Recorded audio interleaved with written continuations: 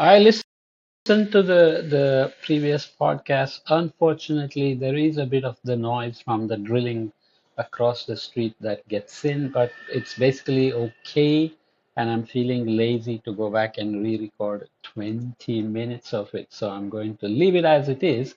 If you listen and feel that it needs to be redone, then please feel free to send me a message and I will do it. Okay. So let's continue this idea of collaboration as a pathway to sustainability. Remember, it's not just communication or coordination, it's actual collaboration.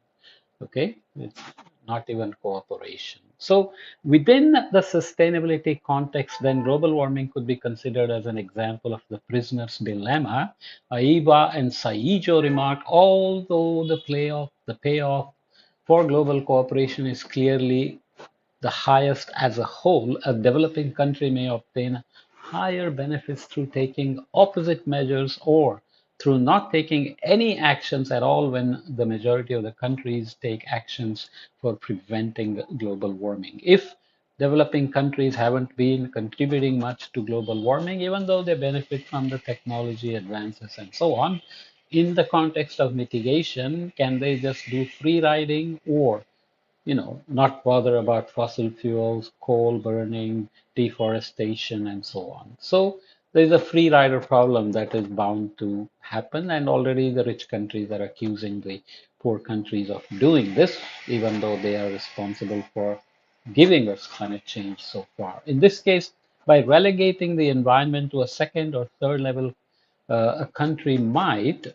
in the short term, achieve a perceived increment in economic growth, yet this uncollaborative strategy gives a suboptimal solution due to the contribution to global warming in the long trend. It's a long sentence, but essentially, free riding actually doesn't help in the long run because in the short run, you may benefit in terms of economic growth, for developing countries, it's already obvious that you need energy for economic growth and you keep burning whatever is available for energy because energy is very critical for growing GDPs and economies. So you will burn coal because that's readily available, let's say, and it's cheap, and you are having issues of getting fossil fuels, cleaner fossil fuels like gas and oil from elsewhere because let's say there is a war going on between Russia and Ukraine, and Iran has got sanctions against it, and so on and so forth. But in the long run, you are creating pollution for yourself, your health problems, your productivity losses eventually will catch up. So everybody suffers in the end, right? There are very few such situations with only two players and two decisions. So prisoner's dilemma is generally, if you remember, uh, good. Otherwise, you can listen to podcasts I have on it. But basically, there are two people caught for a crime, and they are separately being interrogated with no communication between them. If they both confess, both will get just, let's say, a sentence of 1 year.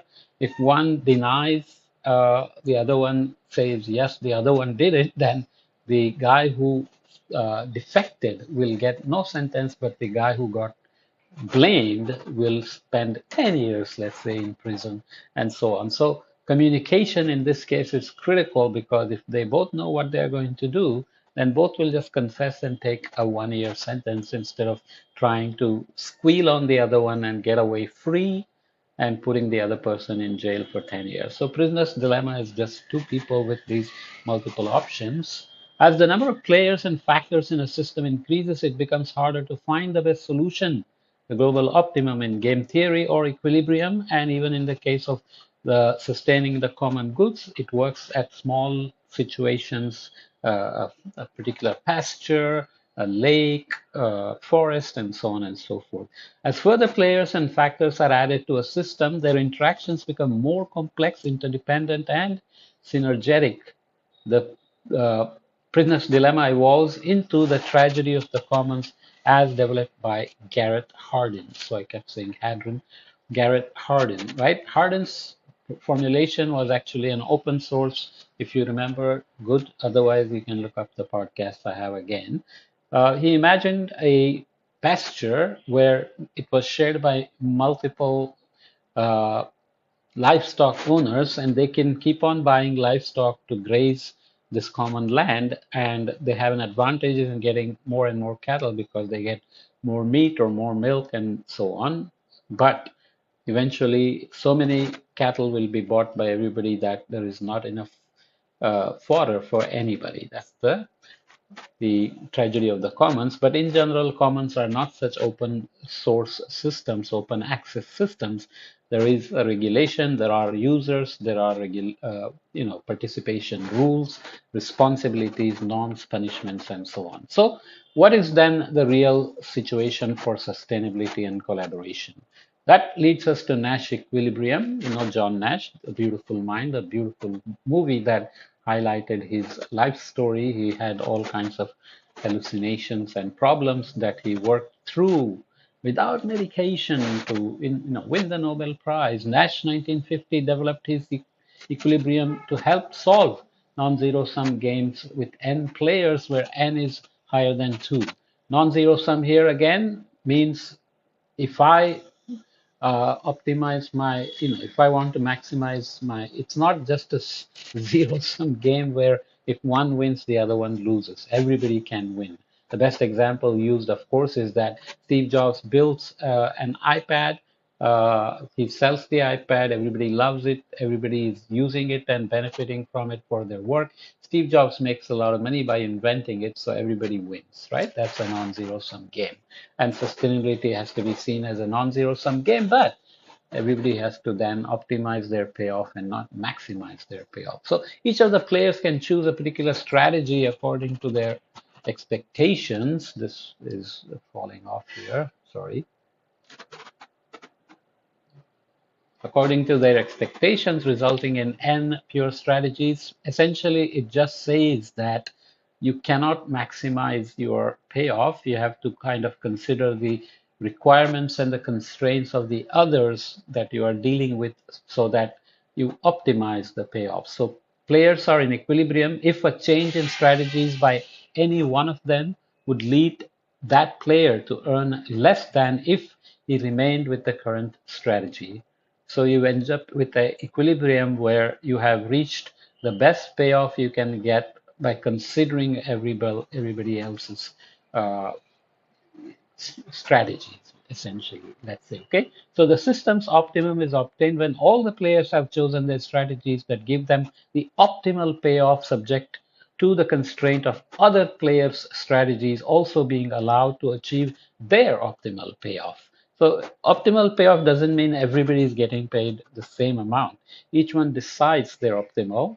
You may be happy with a lower benefit in some ways. Other one may be maximizing a bit more or optimizing a bit more, but everybody is reaching their optimal payoff strategy, and all strategies are working together to reach an equilibrium. Thus, the optimum is reached when there is no benefit to a specific player or the other player if he changes his or her strategy based on their optimal payoff calculation. Although it may appear to be an esoteric piece of mathematics, the Nash equilibrium was drawn to the attention of a wide audience as a key component of the plot in the film A Beautiful Mind, when Nash, played by Russell Crowe, realizes that by taking a competitive approach, there is much to lose for all the players and little to win for only one player. It's a linear system of equations, so there are all sorts of issues. This is the combination of cows and so on, which basically, I don't know if I already discussed this. You can see that number of combinations of cows for farmer A and B is looked at in terms of farmer A and B profits, but also considering food production, considering, let's say, environment as a third player. Okay, so if you just consider the farmers, then you end up with tragedy of the commons. But if you include food production also as a consideration, you can see that you end up with positive numbers here. Eventually, you will hit negative numbers, which means you have hit the tragedy of the commons, and neither farmer is really getting any profit out of the situation. So global warming is a prisoner's dilemma, but collaboration can get us out of it, get to Nash equilibrium. But what are the issues? The Nash equilibrium provides a method to reach a dynamic system's optimal solution with multiple players, yet it is based on the capacity to represent phenomena with mathematical formulae.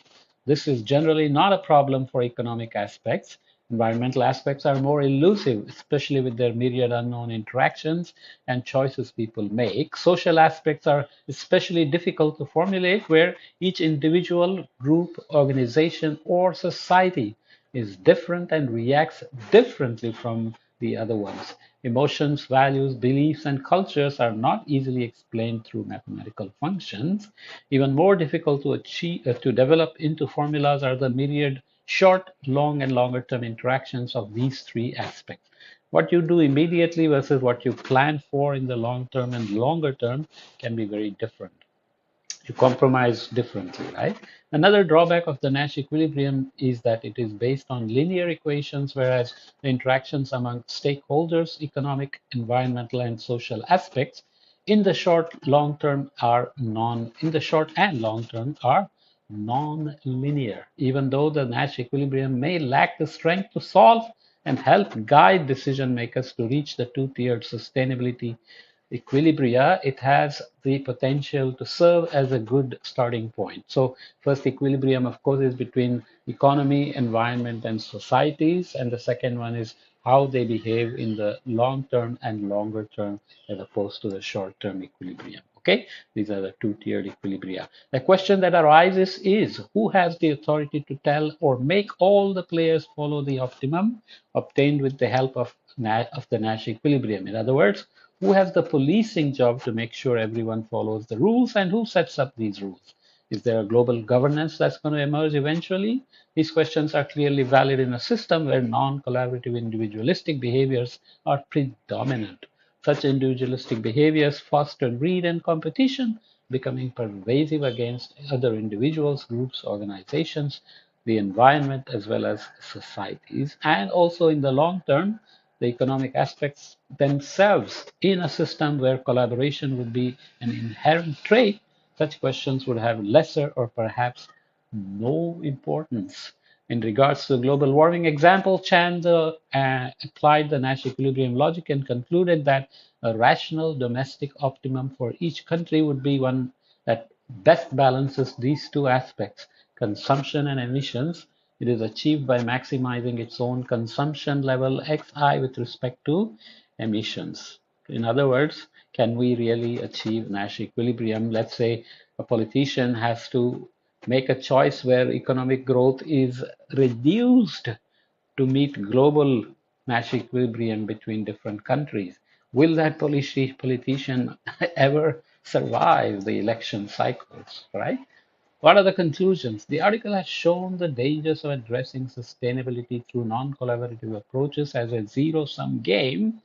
In order to counter this three game theory tools, the prisoner's dilemma, the tragedy of the commons, and the Nash equilibrium are presented to help Homo soci collaborativus settle in.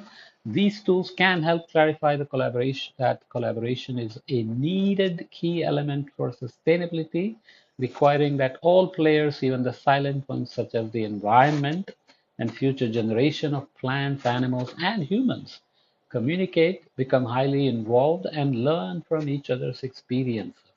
So we want environment to be given a right, but we have to make sure that right is given because the environment will not demand it. It will just react to what we do to it, right?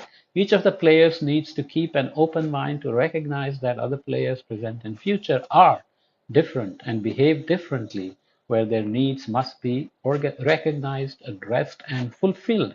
These differences have, as many examples throughout history testify, served as fuel for hatred and discontent. Collaboration, in contrast, uses and benefits from such differences, which can result in helping to achieve one of the optima where all of the players will obtain benefits. The players need to abandon the Homo economicus way and change into mental models more in accordance with the Homo socii collaboratibus. I said it. A most interesting conclusion comes from the Nash equilibrium. Optimum solutions need to benefit each and every one of the players, where each player's strategies are constrained by those of the other players. In other words, a decision or activity is not an independent matter, but is tightly linked to many other decisions, activities, strategies, and implications, and these effects need to be considered in order to avoid Earth and societies going below subsistence levels, collapsing and taking to extinction not only Homo economicus but all the other living societies. As Odero remarks in 2002 article, collective action is absolutely necessary in dealing with the global commons. Of course, the question is, we know the answer, but how do we make it happen? If you specifically think about global warming and you think mitigation is something that has global leadership because you are trying to contain greenhouse gases, then renewable energies offer a way out. But does every country have enough solar and wind? Do they have hydrothermal? Can they go to nuclear or hydropower? How can they manage to reduce their dependence on fossil fuels for energy? Or will carbon capture come along and allow us to burn fossil fuels in a limited way so that we can continue to take out greenhouse gases, not just CO2, and hide them somewhere and somehow reach net zero with negative emissions technology? So there will be irreducible emissions, let's say from agriculture, buildings, etc., etc. And we have to take out those emissions, so negative emission technology. So these are nice exercises, but here we are talking about collaboration as an ingredient that is very key. And we're trying to put it in the evolutionary context to say we've evolved to be collaborative species within a group, but now we need to collaborate across the groups. This has become a challenge, and how can we manage this challenge? How can we drive towards Nash equilibrium at a global scale? That's the key question. We'll come back and look at some more evolutionary aspects just because this is fun and I love this topic. Okay, see you in the next podcast.